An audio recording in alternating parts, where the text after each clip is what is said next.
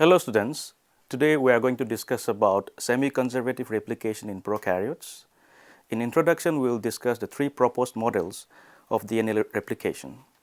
Replication is the process by which a cell copies its DNA prior to division.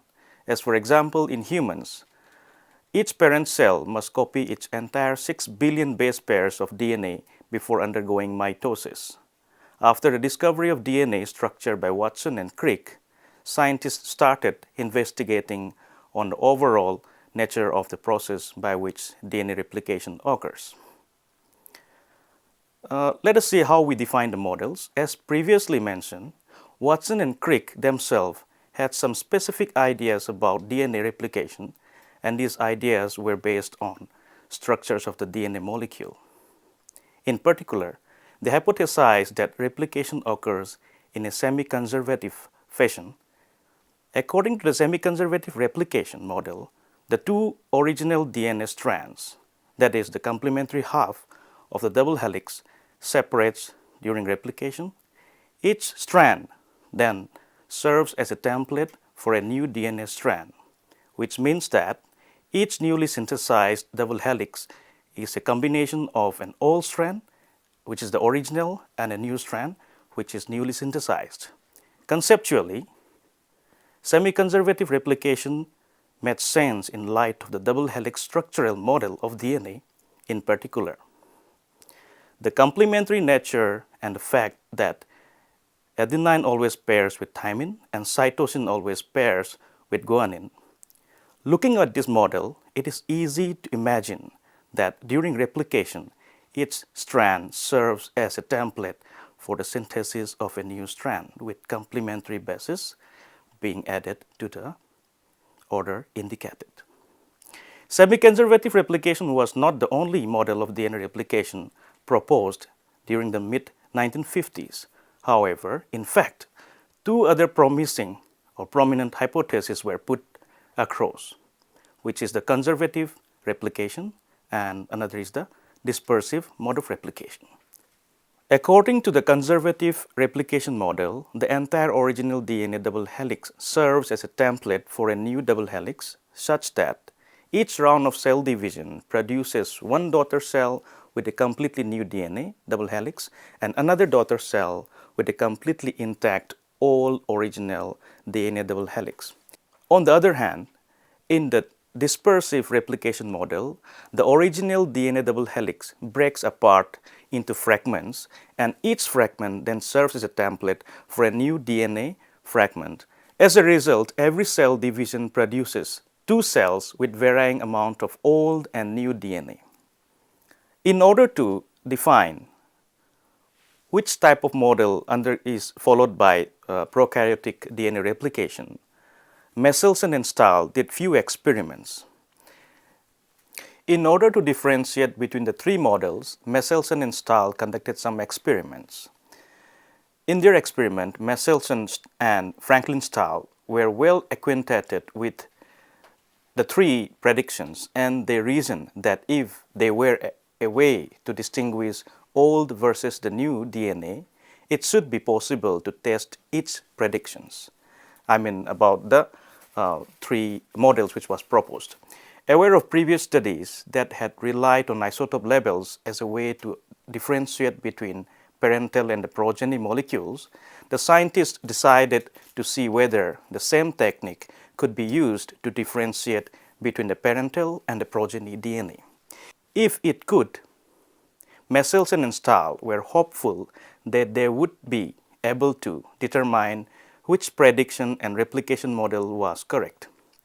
They thus began their experiment by choosing two isotopes of nitrogen, the common and lighter N14 and the rare and heavier N15, which we call as heavy nitrogen, as their labels, and technique known as cesium chloride equilibrium density gradient centrifugation as their sedimentation method. Messelson and Stahl opted for nitrogen because it is an essential chemical component of DNA. Therefore, every time a cell divides and the DNA replicates, it incorporates new nitrogen atoms into the DNA of either one or both of the two daughter cells, depending on which model was correct. If several different density species of DNA are present, they predicted each will form a band at the position where the density of the cesium chloride solution is equal to the buoyant density of that species. In this way, DNA labeled with heavy nitrogen, that is the N15, may be resolved from unlabeled DNA, which is the N14.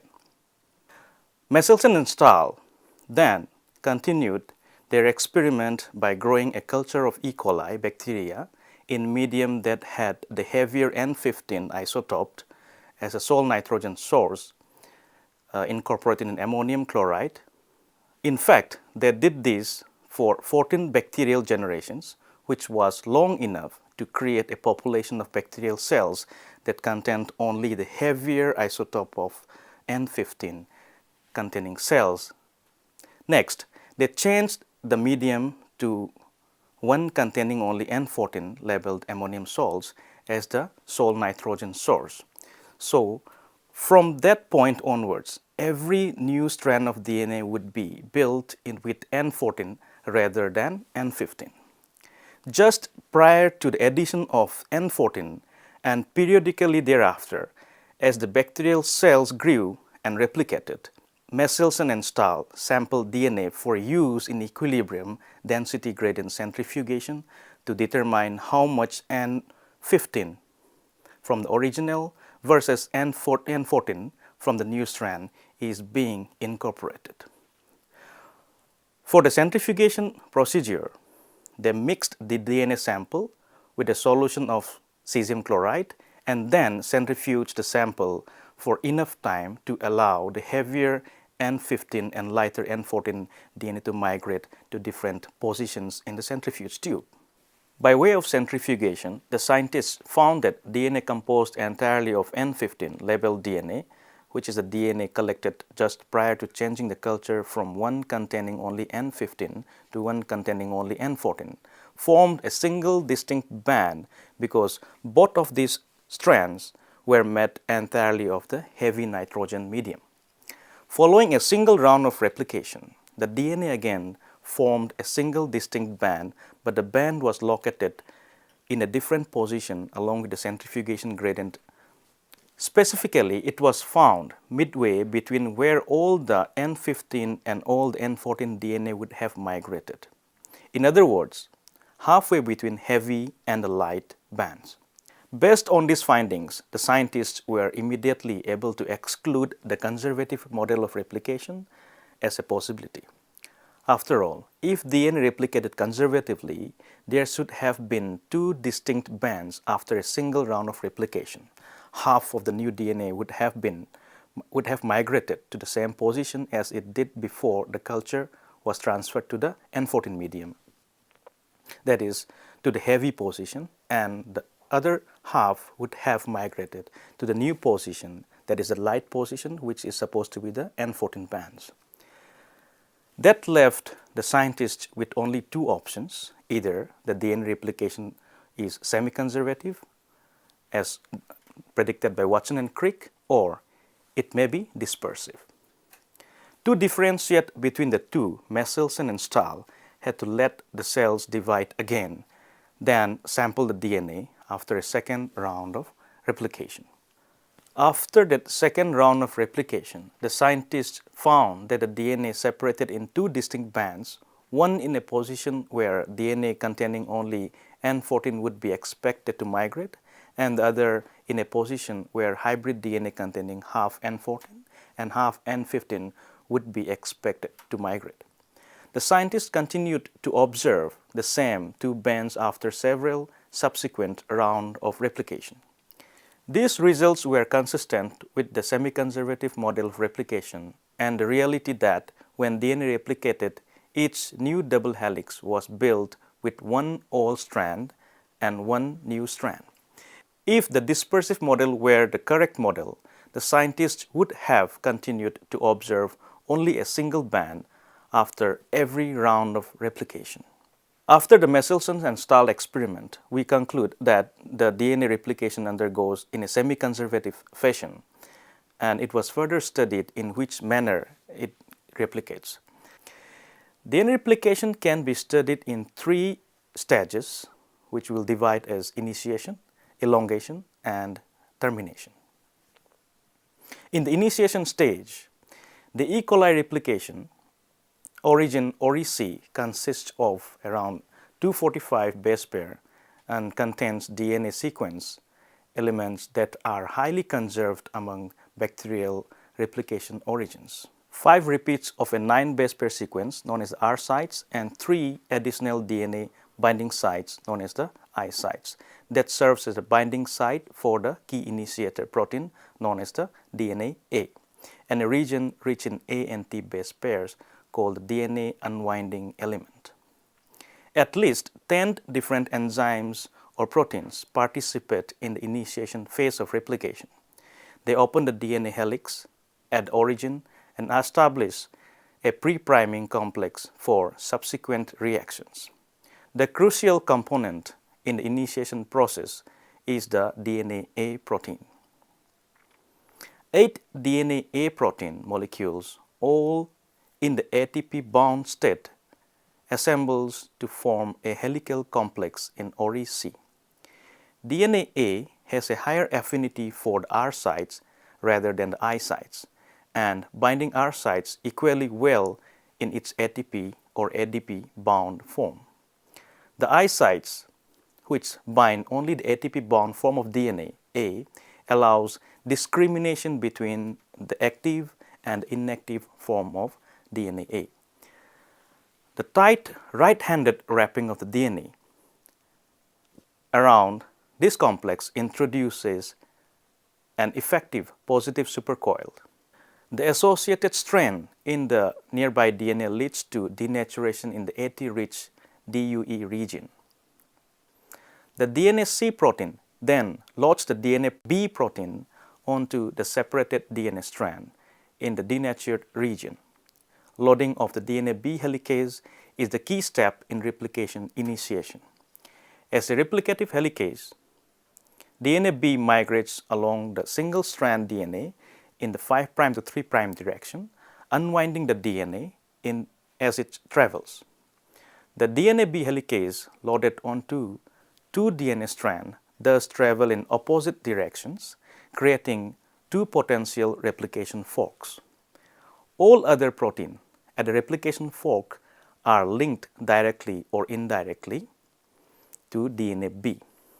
As replication begins and the DNA strands are separated at the fork, many molecules of single-stranded DNA binding proteins, also known as SSB, bind and stabilize the separated strands.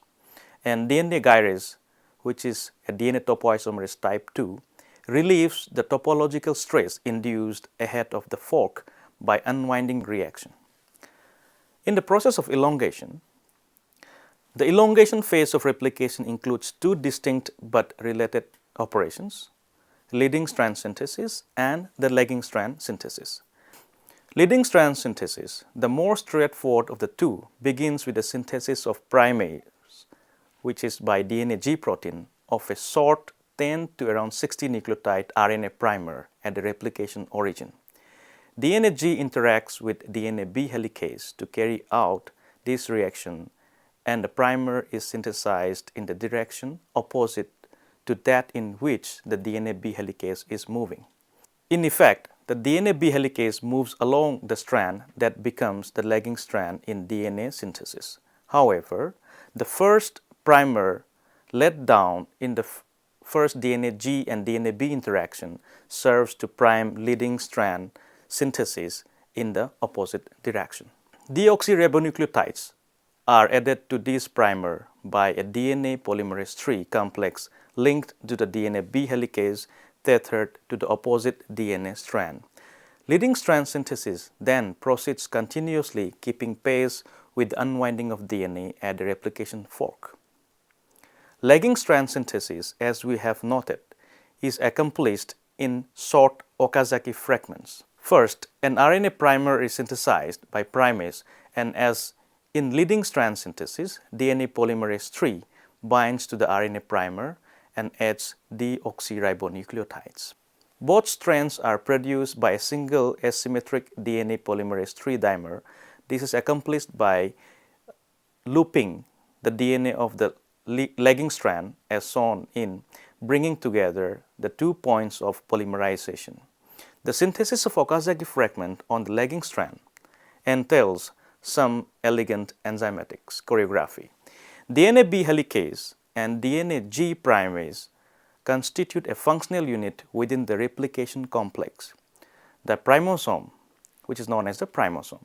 DNA polymerase III uses one set of the core subunit to synthesize the leading strand continuously, while the other set of core subunit cycles from one Okazaki fragment to the next on the looped lagging strand. The replisome promotes rapid DNA synthesis, adding approximately 1000 nucleotides per second to each strand, leading as well as lagging strand. Once an Okazaki fragment has been completed, each RNA primer is removed and replaced with DNA by DNA polymerase I, and the remaining nick is sealed by DNA ligase. DNA ligase catalyzes the formation of a phosphodiester bond between a 3' hydroxyl at the end of one DNA strand and the 5' phosphate at the end of another DNA strand. In the next process of DNA replication, we will talk about termination.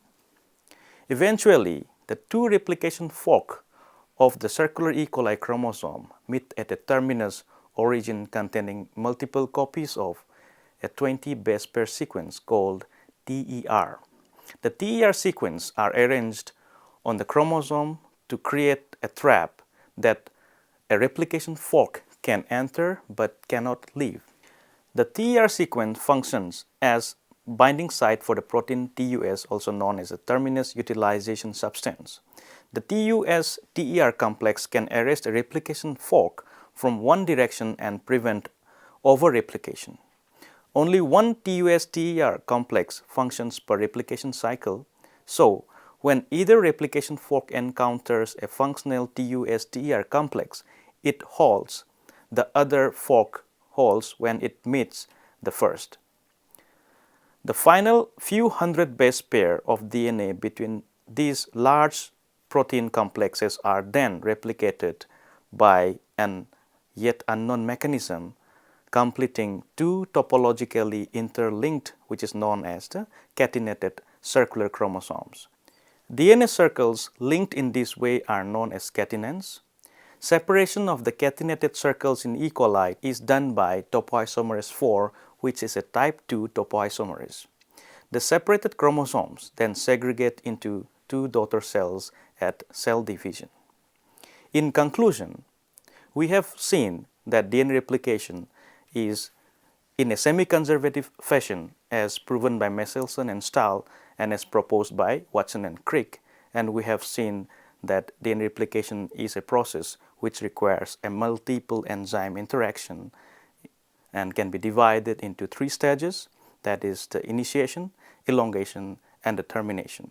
After the DNA synthesis, the cells will then divide to form independent daughter cells which will grow and again carry out the process of replication before another cell division.